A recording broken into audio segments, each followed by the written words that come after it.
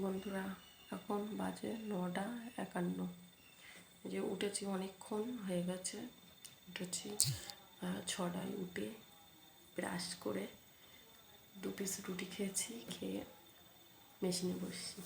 এই যে কাঁথা সেলাই করছি, কাঁথায় বসলাম। এই কাঁথাটা কালকে হওয়াতে হবে। এবারে উঠবো, ছেলের পরীক্ষা, খাতাপত্র রেডি করে দেবো, স্কুলে যাবে। পরে কথা বলছি তোমাদের সঙ্গে, চলো। এটা কি বলো তো,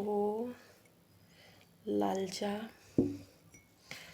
রাত্রির বাসি রুটিটা দিয়ে এখন খাবো।